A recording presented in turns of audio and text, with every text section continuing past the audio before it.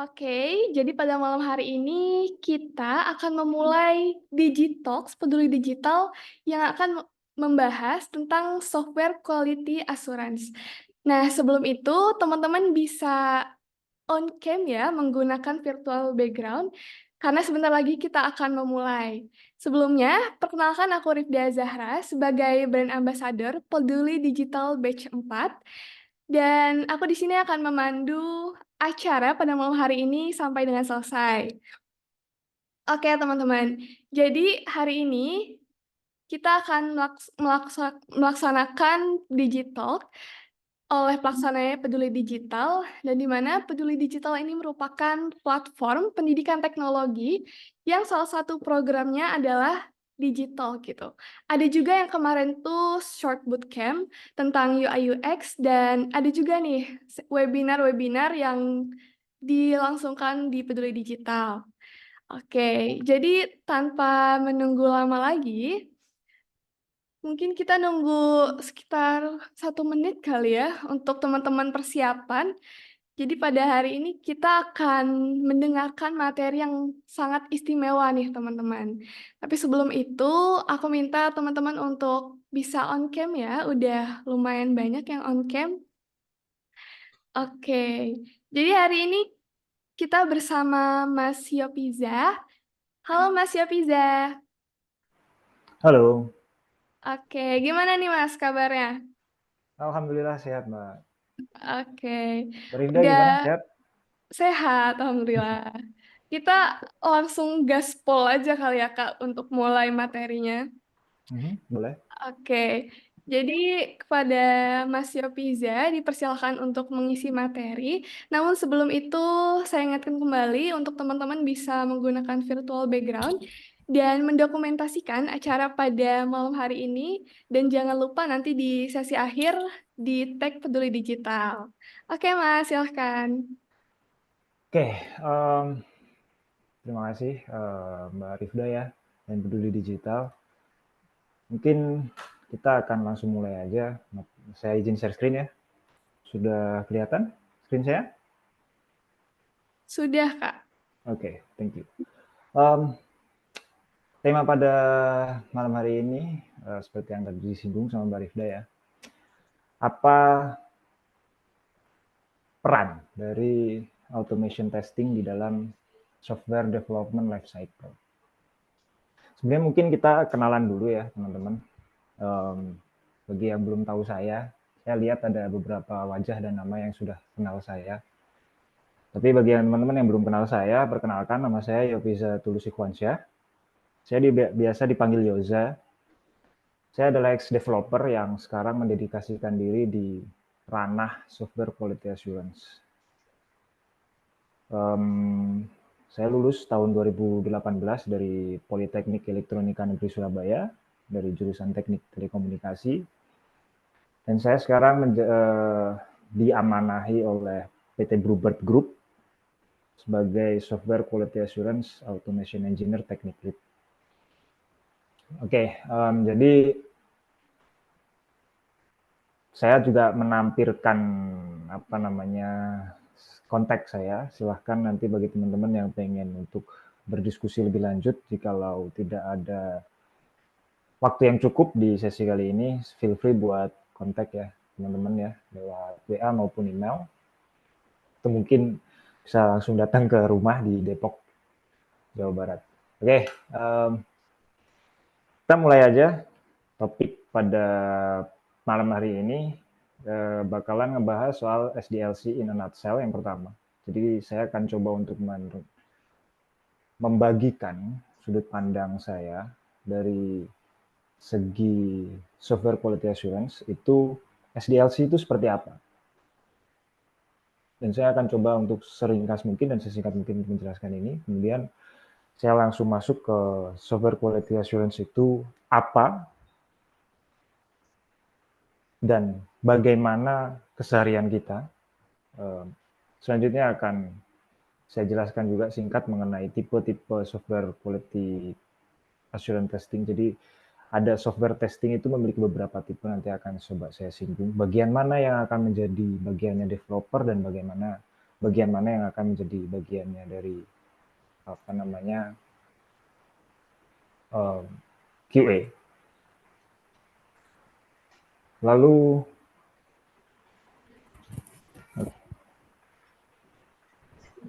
ya, sorry, ada interupsi bentar. Lalu saya akan coba masuk langsung ke automation testing. Jadi apa sebetulnya automation testing itu dan bagaimana role-nya dan testing tools apa yang biasanya kita pakai.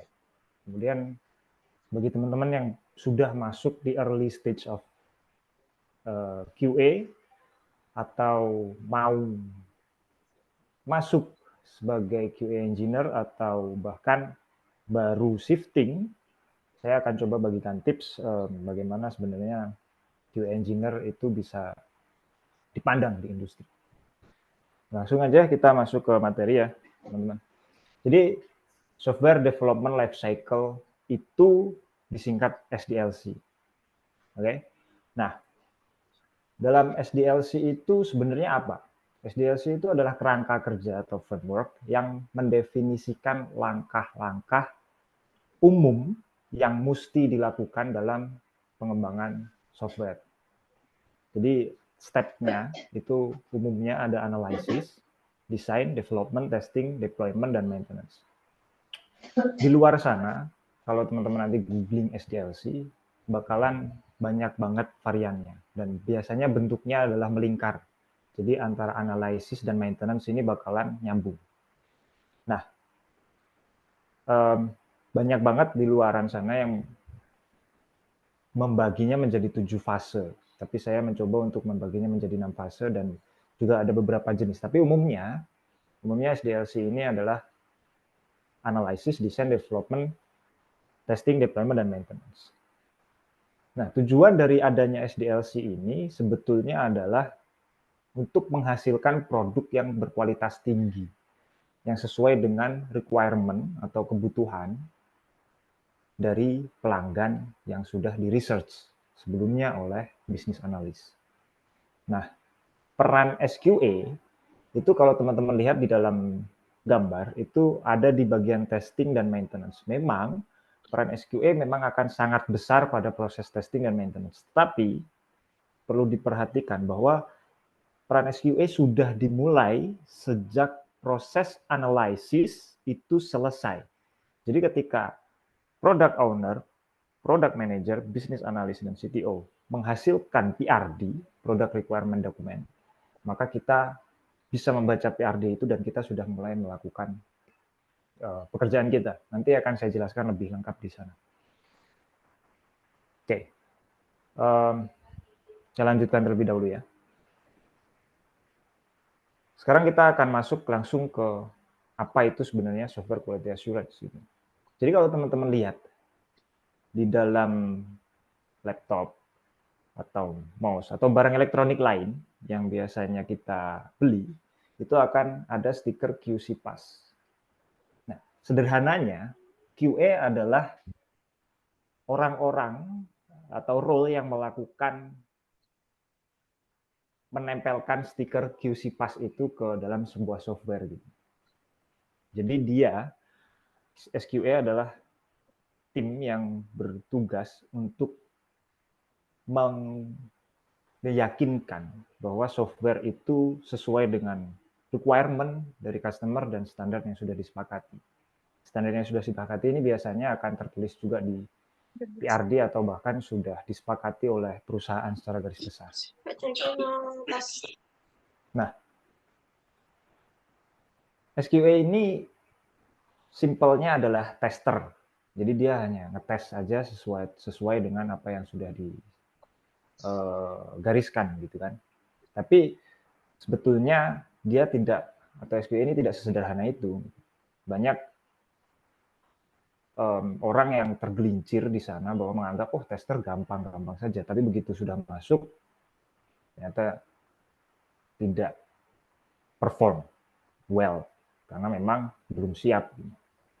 Nah, langkah baiknya jika kita mengerti sebetulnya apa itu SQA secara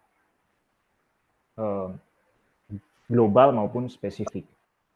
Nah, kita itu diminta, SQA itu diminta untuk melakukan set of activities. Jadi bukan hanya testing aja, tapi beberapa set kegiatan, beberapa kegiatan yang difungsikan untuk mencegah masalah dan cacat pada sebuah software sedini mungkin. Dan ini akan cukup tricky ketika kita tidak mengerti sistem itu berjalan seperti apa. Nah, nanti kita akan lebih bahas mendalam mengenai apa saja yang perlu kita lakukan supaya kita bisa memunculkan atau mencegah problems dan defect. Nah, oke, selanjutnya adalah tadi kan kita bahas SDLC. Sekarang kita punya yang namanya SDLC.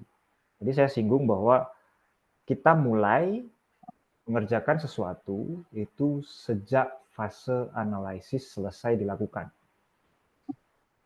Teman-teman lihat di sebelah kiri, itu ada SDLC yang dimulai sebetulnya sama saja, hanya beda bahasa. Plan or gather requirements itu SMS analysis actually. Jadi kita bisa baca itu sebagai analysis juga. Tapi di sebelah kanan itu ada analyze requirement dan user stories. Nah, pada SDLC, fase analisis ini dilakukan terlebih dahulu sebelum dilakukan development. Jadi tadi product owner, product manager, business analyst, bahkan CTO ikut terlibat untuk menghasilkan product requirement document. Dari PRD ini atau product requirement document ini, ketika sudah selesai dihasilkan, maka tim QA yang teman-teman baca di sebelah itu akan melakukan analyze requirement dan user stories. Jadi kita akan membaca product requirement dokumen itu dan menganalisis sekiranya apa saja yang perlu kita lakukan. Selanjutnya, proses selanjutnya adalah di SDLC kita punya desain software. Di situ sistem arsitek dan UI UX designer akan melakukan desain software. Lalu apa yang dilakukan oleh QA? Yang dilakukan oleh QA adalah merencanakan strategi testing atau plan test secara overall.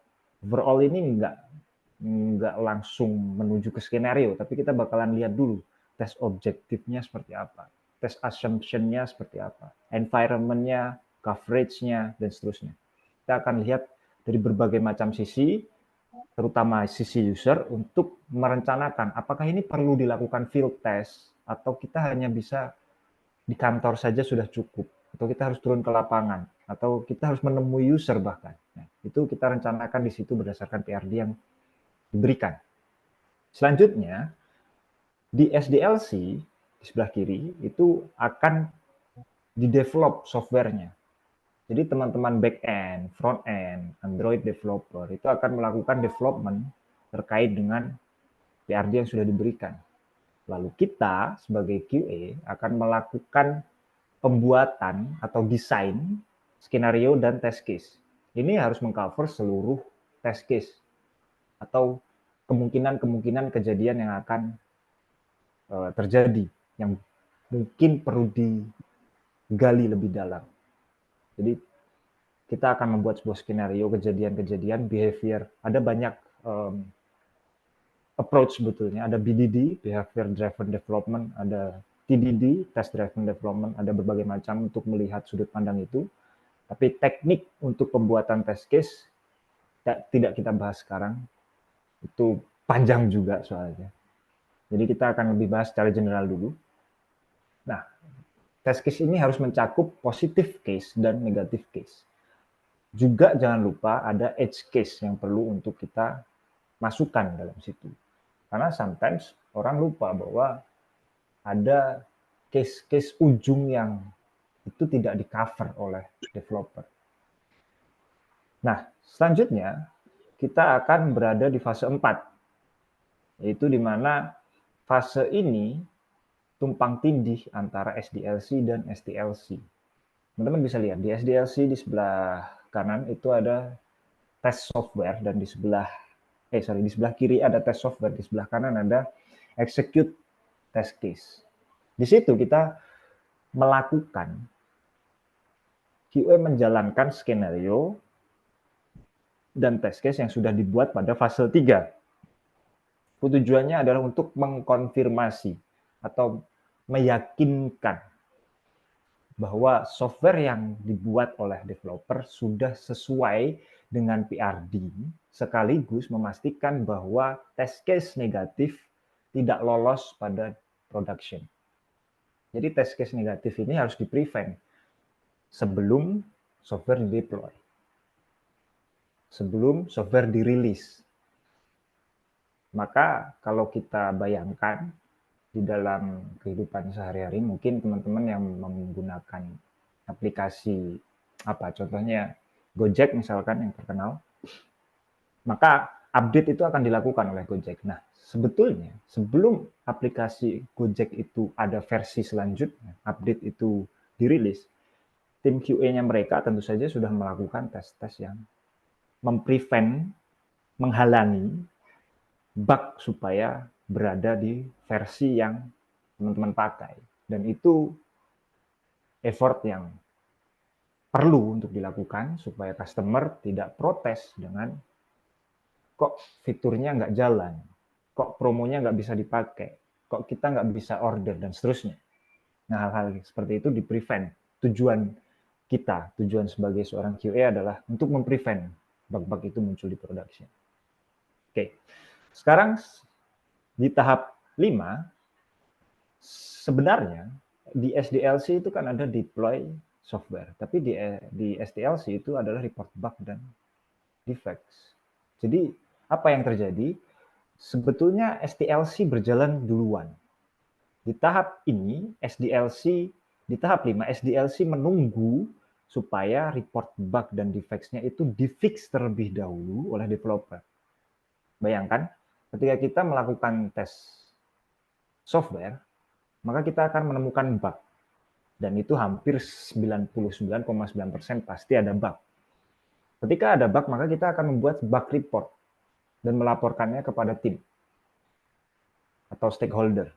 Stakeholder yang saya sebut di sini maksudnya adalah ada PM, ada product owner, ada product manager, ada technical lead dari segi development, ada developernya. Jadi kita pemangku kepentingan yang ada di dalam tim itu kita beritahu bahwa ada bug loh.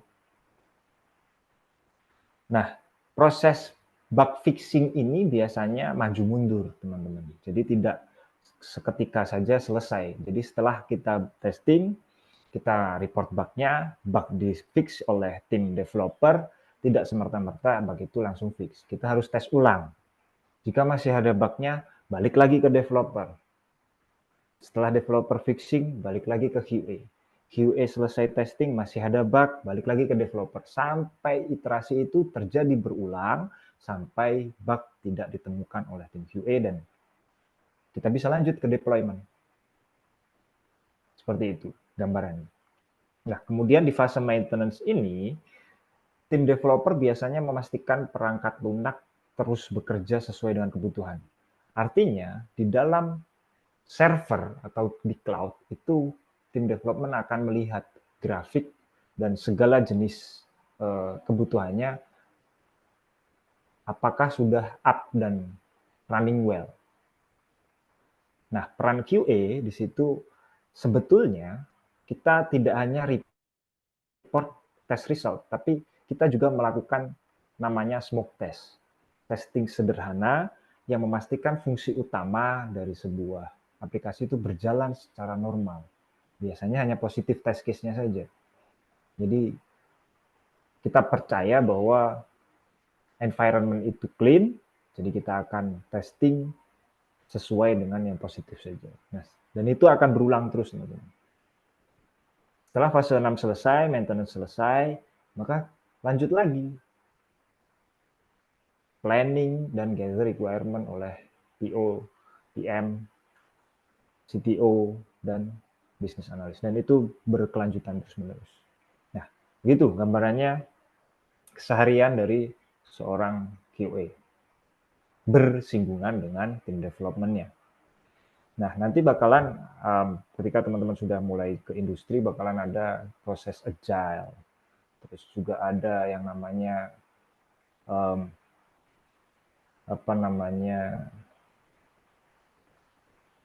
waterfall. Nah, itu adalah jenis-jenis dari organisasinya saja sebetulnya. Tapi proses dalam SDLC-nya kurang lebih bakalan tetap sama. Hanya pengorganisasian dari timnya akan berbeda.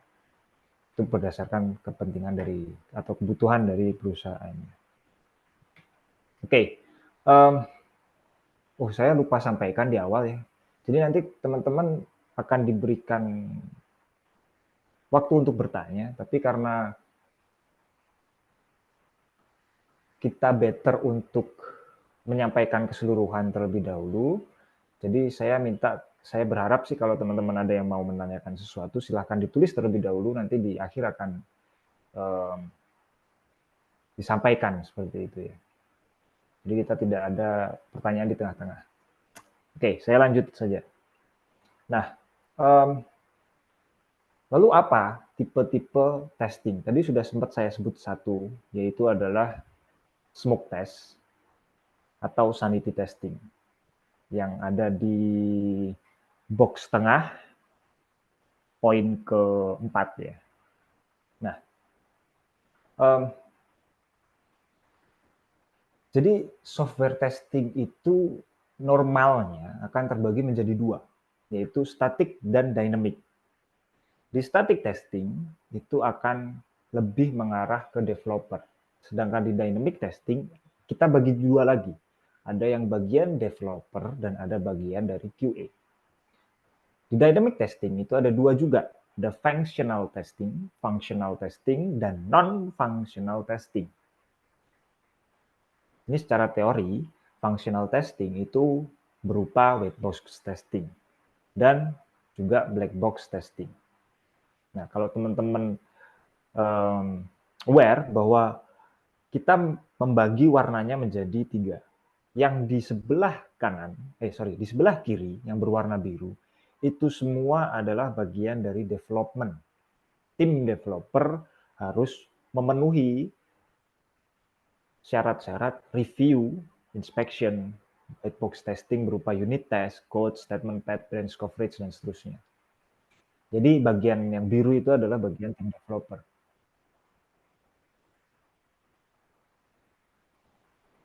Lalu untuk bagian sebelah kanan, yang di tengah dan di sebelah kanan, yang black box testing dan non-functional testing itu adalah bagian QA.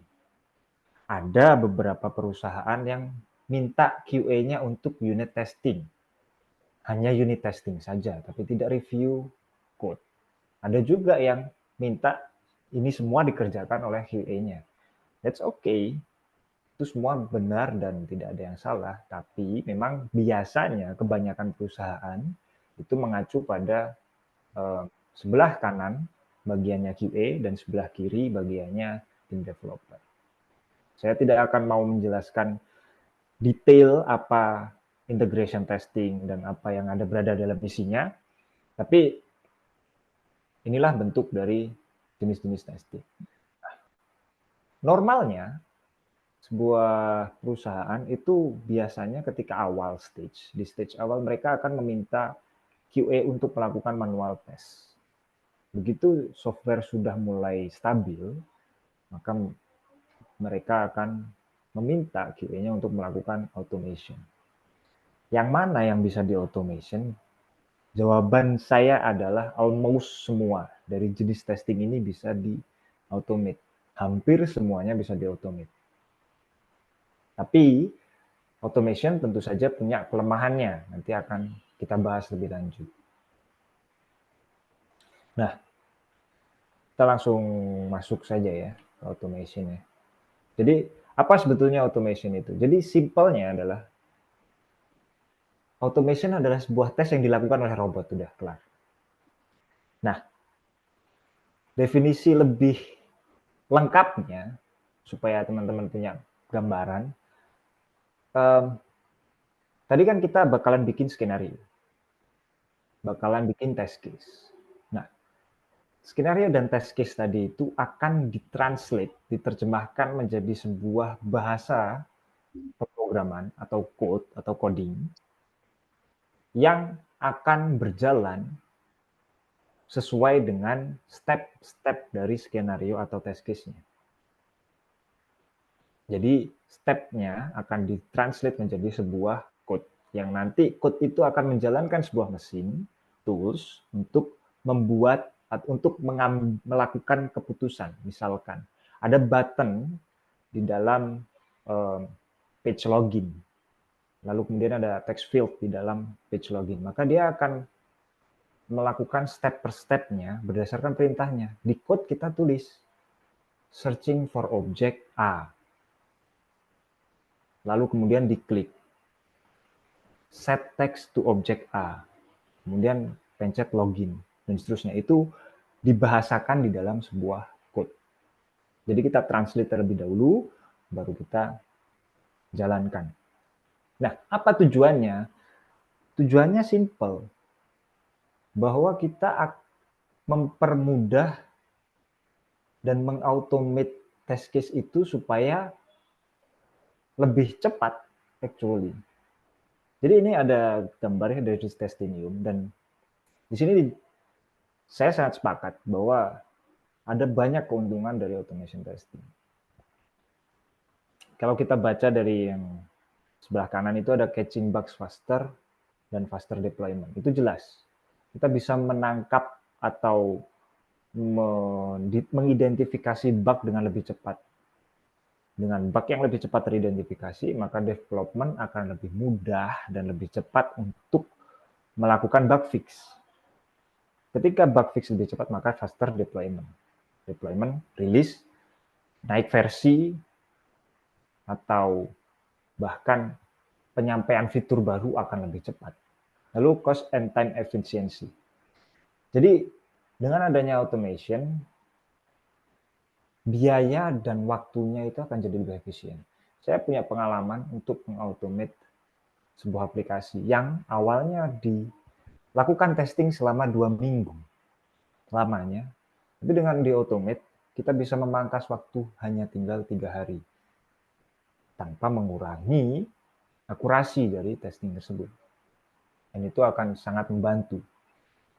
Lalu kemudian ada continuous quality dan better insight.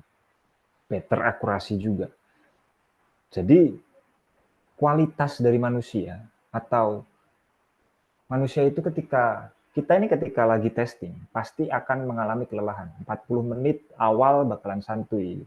Tapi ketika 2 jam, 6 jam testing terus, pasti speed menurun. Mata mulai berkunang-kunang, mulai lelah untuk melihat detail-detail kecil pada sebuah aplikasi sehingga akhirnya terlewat. Tapi dengan automation, maka akurasinya akan terjaga. Dan itu akan berkelanjutan, continuous, tidak akan pernah turun. Seperti itu teman-teman. Lalu ketika kita mendevelop sebuah automation, biasanya yang sering saya alami dan saya jalani adalah kita jadi memiliki insight yang lebih baik terhadap sudut pandang testing. Awalnya saya tidak tahu misalkan ada sebuah fitur yang berkaitan, tapi setelah dilakukan automation testing, jadi akhirnya tahu bahwa fitur ini ketika bagian atau partnya diganti, fitur yang lain juga kena loh. Itu akan menjadi lebih paham. Lalu yang jelas, keuntungan selanjutnya adalah faster time to market, lebih cepat untuk kita bisa deliver ke market, efficient workflow, kita tidak mengurangi atau kita tidak melakukan hal-hal yang percuma sehingga lebih efisien, dan stress testing dan higher volume of test. Itu tentunya akan tercover ketika kita melakukan automation testing. Oke. Nah, bagaimana dengan testing tools yang sering dipakai di pasaran? Oke. Di Indonesia sendiri saya cukup banyak melakukan interview dan menjalani interview di perusahaan-perusahaan yang tentunya berbasis IT dan memiliki QA ya. Kebanyakan dari yang saya alami adalah mereka akan berat pada testing tools. Testing tools apa yang sudah pernah Anda pakai. Tidak berat pada skenario-nya bakalan seperti apa. Lalu kemudian juga tidak akan berat kepada Anda sudah di perusahaan mana. No. Tapi biasanya mereka lebih banyak bertanya tentang testing tools apa yang sudah pernah Anda pakai. Itu yang saya alami. Maka saya sharing kepada teman-teman sekarang bahwa ini adalah testing tools yang sering saya dengar ditanyakan kepada saya atau kepada rekan-rekan saya. Jadi yang pertama itu adalah test management tools. Test management ini gambarannya adalah tadi kan teman-teman punya sebuah test case ya, skenario. Maka dokumentasi dari test case itu disusun dalam sebuah test management tools. Test case login, khusus login nih berarti nanti ada sekian test case untuk mengisi data peserta misalkan. Maka akan ada test case sekian. Jadi itu semua disusun dan didokumentasikan dalam test management tools. Sederhananya itu masuk ke dalam Excel, tapi semakin berkembangnya waktu kita dituntut untuk memiliki integrasi ke banyak hal, maka beberapa perusahaan mencoba untuk memberikan solusi. Dan tools-tools yang cukup terkenal yang pernah saya ditanya terkait hal itu adalah TestRail dan X-Ray dan Tricentis. Saya coba urutkan ini dari kiri ke kanan, dari yang lebih populer ke yang tidak populer di Indonesia ya. TestRail dan X-Ray dan Tricentis. Tricentis itu lebih dikenal dengan Q-Test. Ini adalah test management tools. Ada banyak yang lain sebetulnya, ada TestLink, ada QASA case dan seterusnya gitu. Tapi saya coba tampilkan 3 yang teratas. Lalu kemudian multipurpose automation test. Artinya multipurpose ini adalah tujuannya bisa banyak. Dia bisa melakukan dalam satu aplikasi dia bisa melakukan web automation test, dia bisa melakukan automation mobile, dia bisa melakukan API dan seterusnya. Itu ada Catalan dan Tricentis yang paling hype lah ya. Lalu kemudian web automation itu pasti Selenium adalah nomor 1. Kemudian Cypress.io dan Playwright. Cypress.io dan Playwright ini memiliki bahasa pemrograman JavaScript. Dan mereka dan Cypress utamanya itu booming karena dia pemakaiannya mirip banget seperti kita ngedit sebuah Google Docs. Jadi kita ngedit Google Docs atau Google Spreadsheet bareng teman yang kita share gitu. Ketika tabel itu berubah, di enter sama teman kita, maka di laptop kita juga ikut berubah. Itu Cypress.io. Dia real time changes. Seperti itu. Nah, kemudian ada mobile automation test. Itu ada Appium, Espresso, dan Flutter. Appium itu lebih general. Appium itu lebih general. Dia bisa melakukan untuk iOS maupun Android. Espresso itu lebih khusus. Dia lebih ke Android. Maka gambar cangkirnya itu kan lebih ke gambar Android kan. Flutter dia hanya bisa digunakan untuk melakukan testing automation di aplikasi yang di-build oleh Flutter. Jadi Flutter bisa mengenerate APK atau Android dan juga app atau di iOS. Saya kurang tahu ya apakah dia di Huawei OS bisa, tapi saya yakin mungkin dia akan Flutter developer akan mencoba untuk masuk ke ranah itu ketika Huawei sudah mulai hype. Seperti itu teman-teman. Oke, lanjut di API automation test itu ada Postman dan sisanya adalah Jest, Mocha, Jasmine dan ada macam-macam yang lain, sangat banyak untuk API. Tapi saya sangat menyarankan buat teman-teman yang pengen belajar, bukan sepertinya, saya yakin Postman akan sangat membantu dan memang lebih mudah dipelajari daripada tools-tools yang lain. Postman ini juga dipakai oleh developer, nggak hanya oleh QA, utamanya oleh back-end developer dan front-end, untuk melakukan testing terhadap API mereka, apakah sudah berjalan dan bekerja sesuai dengan yang diekspektasikan atau belum. Lalu kemudian untuk performance test, kita biasanya menggunakan JMeter, K6, atau Locus. Betulnya banyak banget, ada Vegeta, Gatling, Apache Benchmark, banyak banget. Tapi yang teratas adalah ini, JMeter, K6, dan Locus. Rata-rata selain tools yang Apache JMeter dan Locus, itu rata-rata selain dua ini berbayar. Jadi K6 itu berbayar. Vegeta dan Gatling juga berbayar. Tapi kita bisa elaborate more dengan tools-tools yang gratis.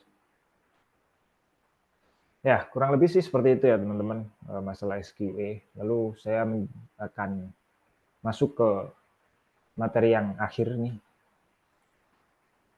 Nah, sebetulnya karir di software quality assurance itu seperti apa? Karir di software quality assurance itu hampir mirip dengan di development. Jadi kita berawal dari QA engineer, dari engineer menuju senior, menuju lead, manager, kemudian head director, atau bahkan bisa mencapai di CTO. Yang saya tahu di perusahaan saya Bluebird, GM kami atau head of engineering-nya itu adalah berasal dari jalur QA. Seperti itu. Jadi jangan berkecil hati, QA juga punya skill, ya tergantung orang pasti. Tapi saya yakin bahwa QA memiliki kemampuan yang seharusnya memainkan peran yang sangat amat besar. Oke. Nah, kalau teman-teman lihat di sebelah kiri itu ada tangganya, dan di sebelah kanan itu kita bisa lihat ada hal yang mirip antara developer dan tester. Ya, anggap aja QA, kita sebut aja tester ya, di grafik ini disebut oleh tester. Jadi junior, maka di start development-nya ada junior developer, software developer, senior developer, technical lead, dan seterusnya. Sama juga yang ada di dalam QA gitu. Ada junior tester, ada software tester, senior top software tester, dan seterusnya. Nah, yang membedakan adalah dan samanya lagi di bagian yang abu-abu itu ada project manager, team manager, program engineer. Ini adalah biasanya percabangan yang sering kita alami di industri software atau IT lah, dunia IT. Yaitu kita mau ke manajerial atau ke technical. Jalur mana yang bakalan mau kita tempuh. Kalau kita ke technical, di jalur development itu ada software architect dan principal engineer. Di jalur software tester itu ada test architect dan juga principal test engineer. Sebetulnya mirip sebetulnya teman-teman. Test architect, technical lead seperti saya itu masuknya ke jalur technical.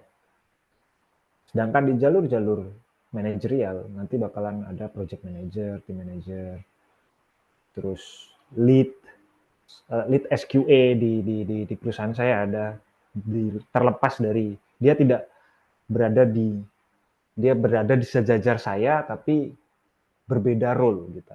Mereka lebih ngurusin untuk masalah managing people, saya lebih ngurusin managing tools. Seperti itu. Nah, bagi teman-teman yang masih awal banget dan pengen masuk ke dunia QA, ini waktunya agak molor ya, sorry ya. Bagi teman-teman yang saya lanjutkan aja, bagi teman-teman yang pengen masuk ke dunia QA itu saya sangat menyarankan untuk memahami terlebih dahulu pros dan cons, terutama cons-nya dulu. Apa negatifnya atau apa nggak enaknya ketika kita berada di QA. Yang pertama adalah repetitive task. Kita bakalan menjalankan task yang sangat berulang, membosankan kalau teman-teman tidak enjoy. Dengan repetitive task, saya sarankan jangan mengambil QA sebagai path karir Anda. Karena ini resiko yang cukup besar karena kita benar-benar ngulang pekerjaan kita. Lalu deadline kita sometimes itu sangat padat. Karena skenario itu hasil dari sebuah kombinasi antara detail dan time management. Maka kadang waktunya sangat mepet, padahal detail yang kita pengen kerjakan sangat tinggi. Jadi antara detail dan time management ini memang harus sangat amat tricky. Lalu kemudian frequent changes. Jadi sangat sering requirement itu berubah di tengah jalan. Kita sudah testing fitur A, ternyata yang rilis bukan fitur A. Ternyata yang rilis adalah fitur B karena permintaan dari customer. Ya sudah, kita mau apa? Nah, hal-hal yang seperti ini kita harus memang sangat amat terbiasa. Jadi kita mau survive. Lalu kemudian ada workload yang tidak bisa diprediksikan. Termasuk nyambung dengan frequent changes tadi, workload itu tidak akan pernah bisa diprediksikan ketika changes-nya juga tidak bisa diprediksikan. Kadang akan sangat santai, kadang akan sampai lembur-lembur. Dan itu harus dipandang sebagai sesuatu yang menurut saya harus dipandang sebagai sesuatu yang sangat biasa. Nah, memang seperti itulah pekerjaan yang kita lakukan. Nah, ini yang paling berat buat saya adalah high expectation. Jadi, karena kita garda terakhir dari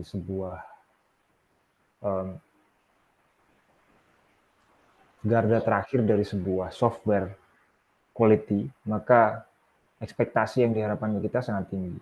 Kita teman-teman dan tim bahkan stakeholders yang lain, manajemen bahkan itu sangat berharap QA selalu menghasilkan top notch application. Padahal itu tidak akan pernah bisa terjadi kalau dari ground tidak pernah dites.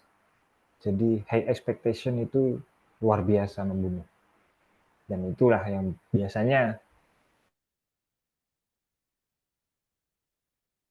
nggak kuat di situ. Nah, kemudian yang tadi saya sampaikan, sudah saya singgung adalah balancing detail dan time. Itu cukup tricky, teman-teman. Butuh pengalaman. Lalu, ya, approach-nya tentu saja cukup banyak ya. Contributing to quality, continuous learning, variety of industry. Jadi kita bakalan menemui banyak industri banking, terus kemudian ada software development, startup, macam-macam. Sangat varietas. Dan menurut saya ini adalah sebuah proses yang luar biasa karena dengan melihat adanya winter yang sekarang, tech winter yang sekarang itu semakin terasa bahwa batu lompatan untuk ke perusahaan lain lebih susah dibandingkan dengan yang sebelum-sebelumnya. Beruntung QA termasuk variety of industry. Jadi industri kita cukup banyak sehingga kita bisa cukup punya peluang untuk masuk ke industri-industri lain. Meskipun juga tentu saja saingnya juga berat. Nah,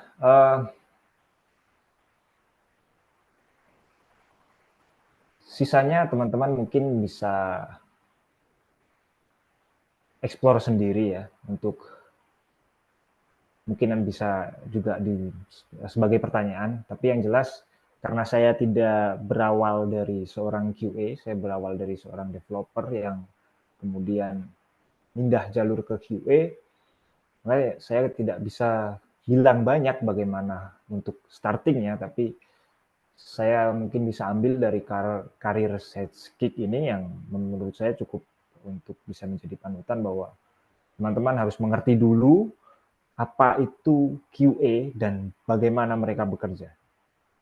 Saya tadi sudah jelaskan, kita tadi sempat bahas dan seperti itulah memang QA bekerja.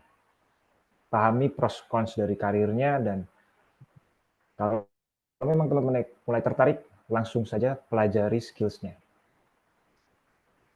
pelajari tools utamanya. Coba dengan berbagai cara, kalau memungkinkan build portfolio.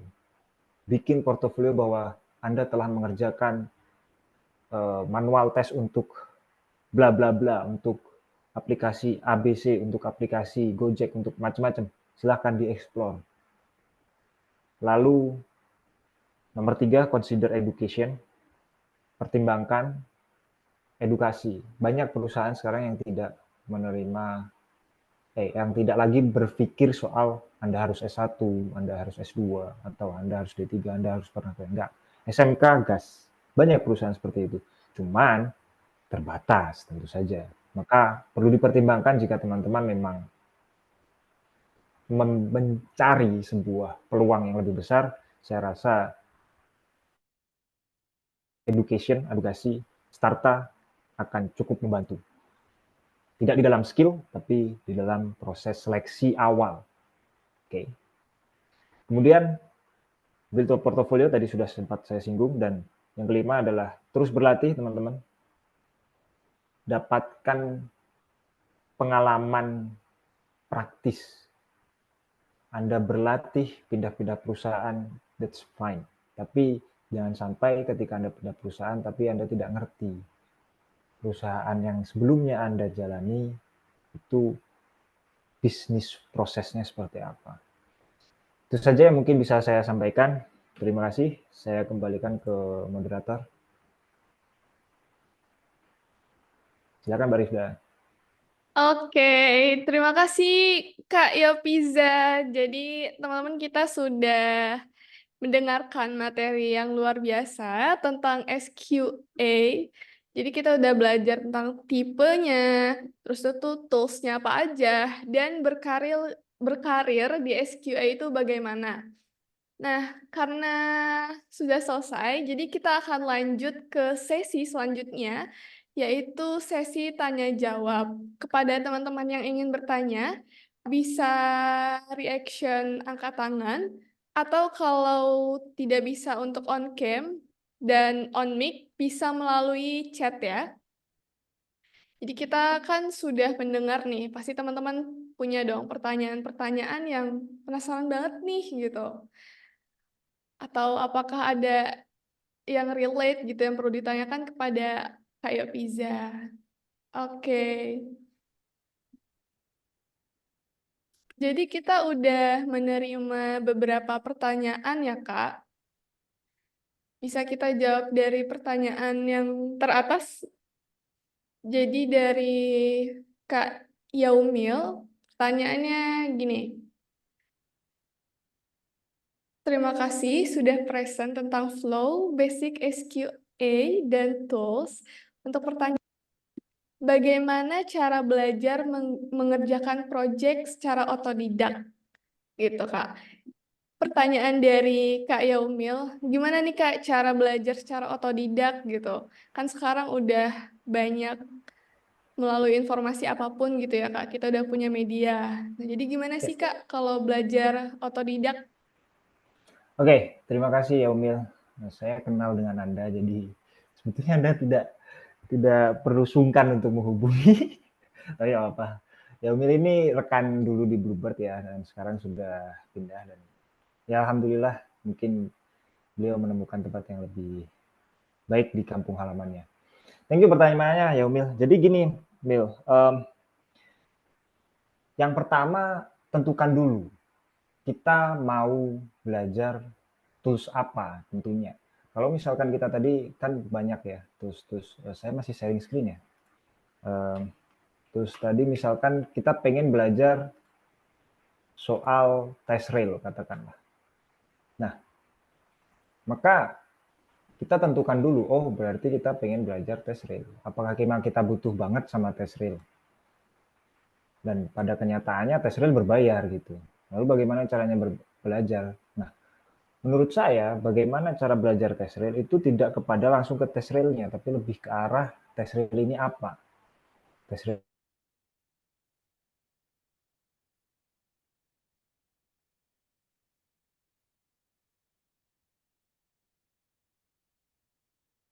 Lalu kemudian misalkan Anda pengen belajarnya katalog.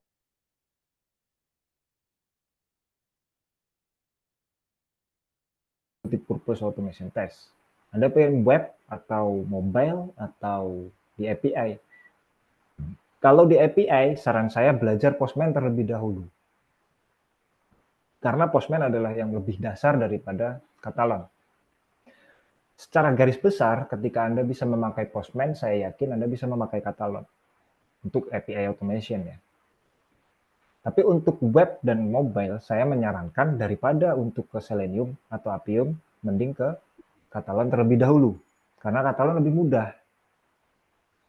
Jadi tentukan dulu, itu yang pertama.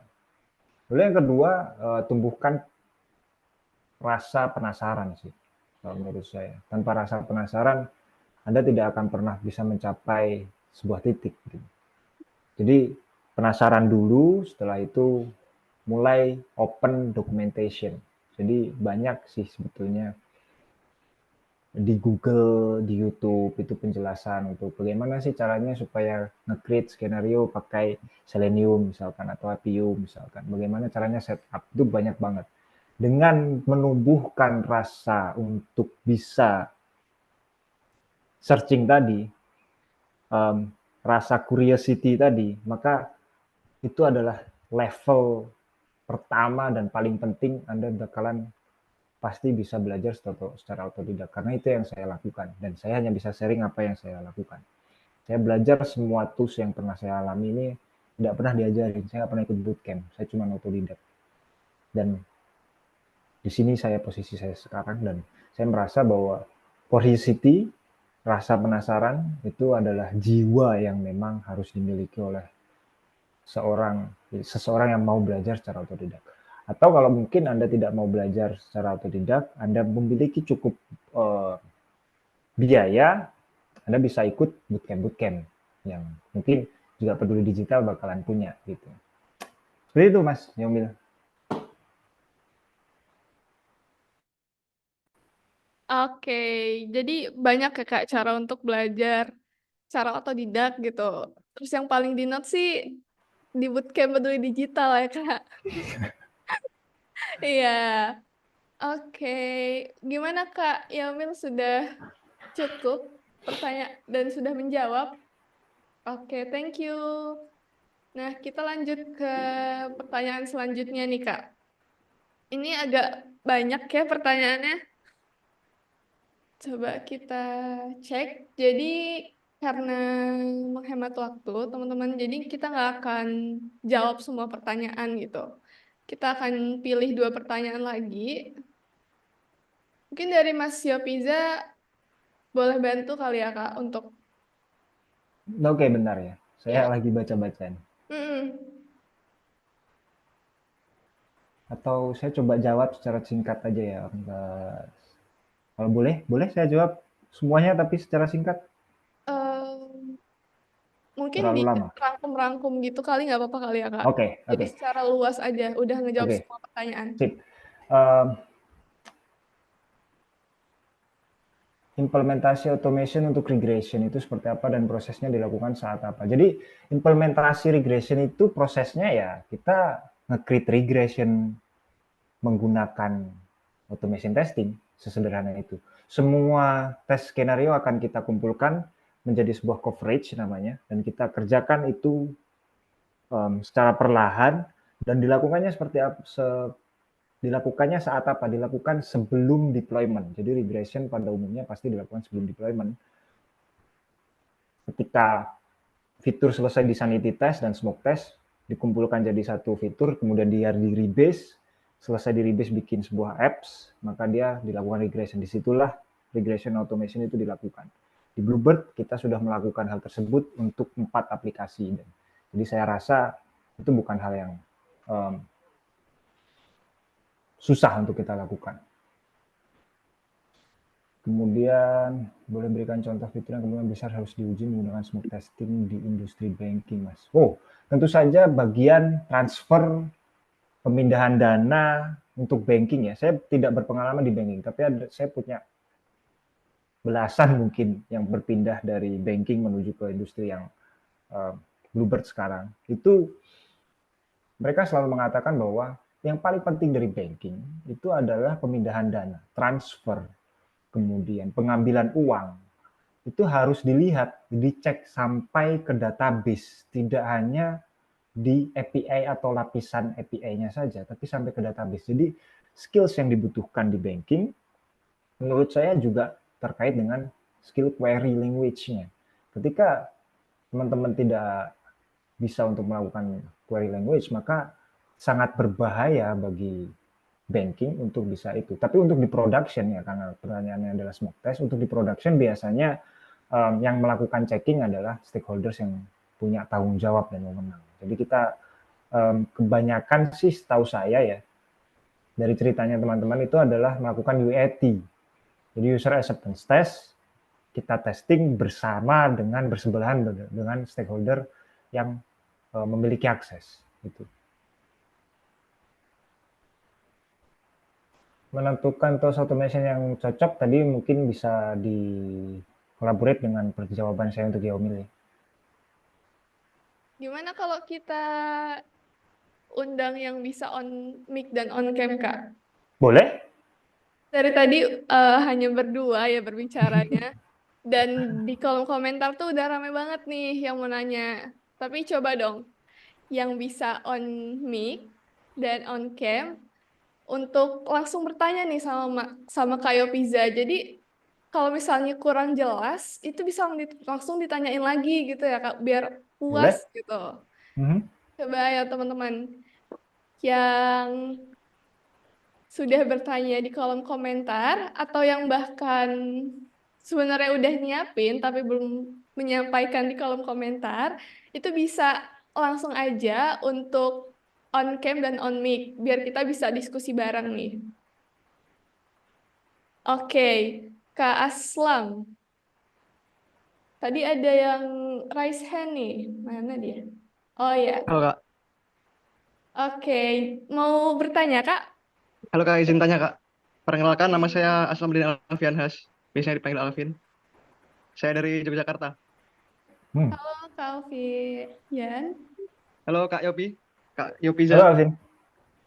Kak, saya mau tanya ini terkait biasanya di interview sih. Kalau di masalah interview itu kan bisa tanyain kayak sebenarnya proses yang dilakuin sama QA waktu kerja itu loh. Kan ada prosesnya kayak semisal mulai dari apa bikin test case, terus eh, ngelakuin sanity, smoke testing, Mhm. regression, sampai unit testing gitu kan. Nah itu biasanya kita disuruh jelasin tuh, disuruh jelasin prosesnya. Nah itu kan agak panjang. Ya, Nah itu trik yang paling simpel untuk menjelaskan itu tuh gimana sih Kak? um, kalau saya ditanya, maka saya akan menjawabnya sesuai dengan STLC, Oke. Software Testing Life Cycle. Dan saya tidak mau menjelaskan secara seperti tadi, kalau misalkan saya di interview, saya akan jawab saja. Di awal kita akan dapat PRD dan kita akan analisis PRD tersebut berdasarkan dengan hasilnya. Kalau ada yang kurang jelas, maka saya akan tanya ke PM atau technical lead atau PO atau business analyst. Dari PRD itu saya menghasilkan plan test dan saya bikin skenario berdasarkan PRD itu. Dari hasil skenario maka dapatlah skenario yang sudah dibahas lagi bersama dengan TL dan PM. Lalu ketika datang waktunya development selesai, maka kita akan melakukan testing. Dari hasil testing akan menghasilkan bug report kalau ada bugnya. Kalau nggak ada itu cukup jarang terjadi, tapi kalaupun nggak ada, ya kita langsung deploy. Sederhana itu saja sebetulnya keseharian kita. Tapi kesederhanaan itu tidak berlangsung selama hanya 2 hari atau 2 jam misalkan. Itu bisa sampai 2 minggu kita menyiapkan hal yang sama dan berulang terus-menerus. Seperti itu Mas Alfi. Oke, baik Kak. Terima kasih ya Kak. Nah, sama.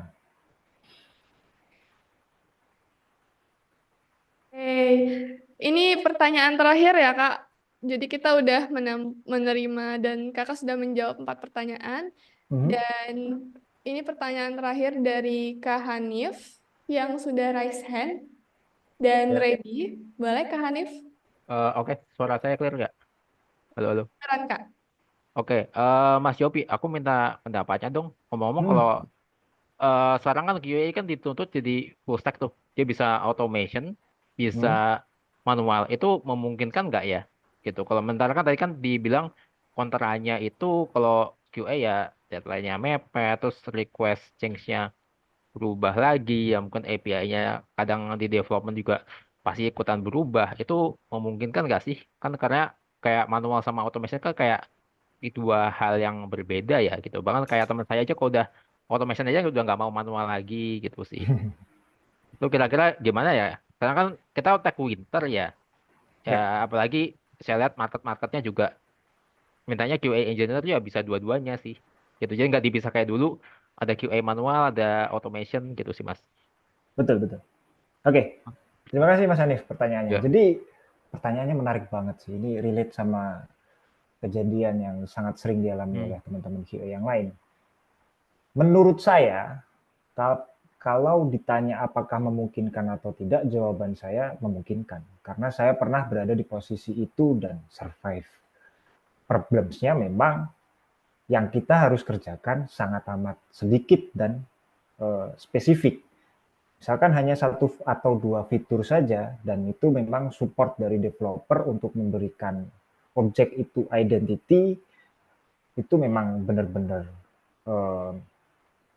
spesial gitu. Artinya ID untuk objek ini harus ini dong, sehingga ketika aplikasi itu belum jadi dan code kita di automation sudah jadi, maka akan sejalan karena ID-nya sudah kita sepakati di awal. Itu yang cara saya waktu itu sempat lakukan. Jadi ID kita sepakati di awal, kita bikin skenario, langsung kita juga bikin automation script-nya. Meskipun itu memang kewalahan sih. Saya juga merasakan itu sangat kewalahan. Tapi menurut saya kalau di industri tech sekarang, mungkin memang kebanyakan perusahaan meminta untuk bisa di dua kaki. Kenapa? Karena kalau nggak bisa di automation, seenggaknya dia bisa manual deh. Atau sebaliknya, wah ternyata dia manualnya udah terlalu jago nih, kita convert deh ke automate. Gitu. Jadi perusahaan lebih nggak mau tahu dengan Anda bisa manual automation atau automation, tapi lebih suka dengan Anda bisa manual dan automation. Seperti sekarang Bluebird di perusahaan saya juga melakukan hal yang sama gitu. Jadi filteringnya adalah kalau Anda bisa automation, Anda harus bisa manual. Kalau Anda nggak bisa automation, maka ya sudah, tidak usah join. Itu yang memang cukup hype sekarang. Tapi biasanya kalau untuk masalah junior atau yang lebih belum berpengalaman ya 1-2 tahun, memang perusahaan atau tim bakalan meminta yang ya udah deh manual aja, tapi sudah pernah ya manual, jangan yang kosongan gitu. Biasanya sih rata-rata saya juga interview teman-teman yang memang sudah 1-2 tahun gitu. Ya itu tantangan dunia industri ya, Mas Hanif. Terima kasih. Baik, terima kasih Mas Yopi. Ya, sama-sama.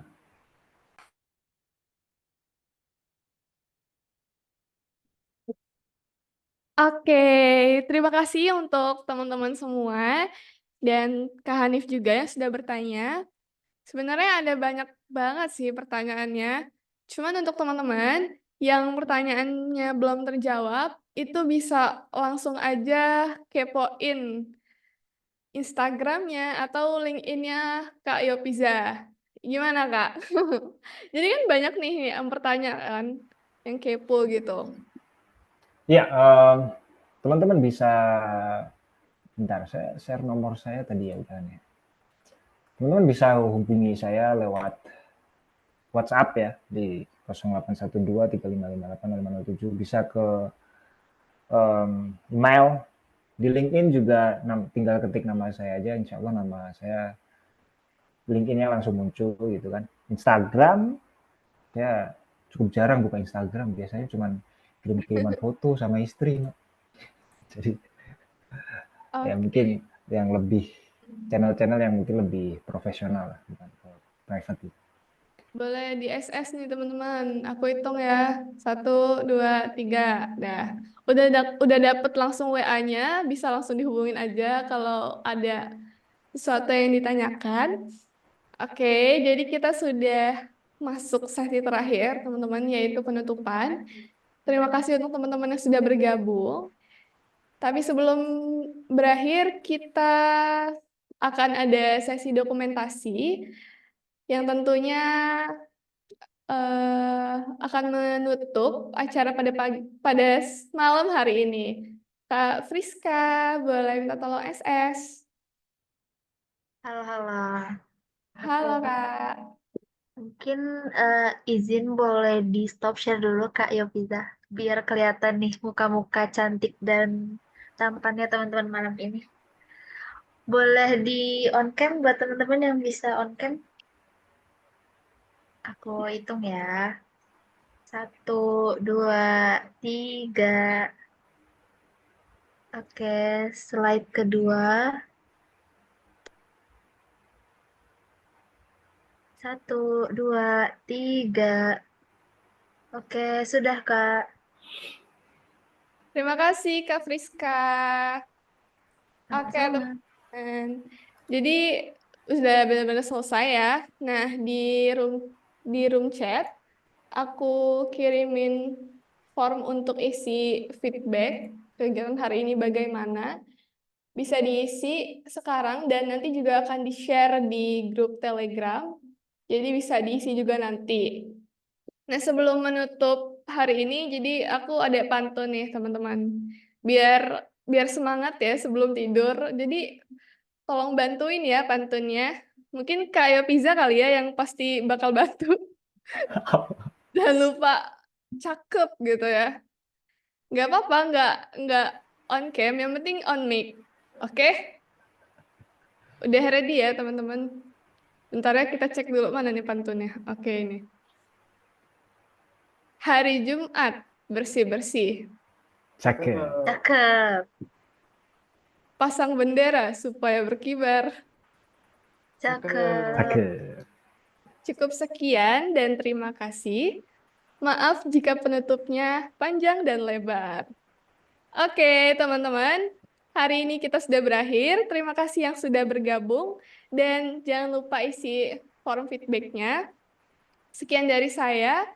Selamat malam, teman-teman. Malam. Malam. Terima Terima kasih Mas kasih. Pizza. Selamat Terima malam. kasih, Terima Kak. kasih.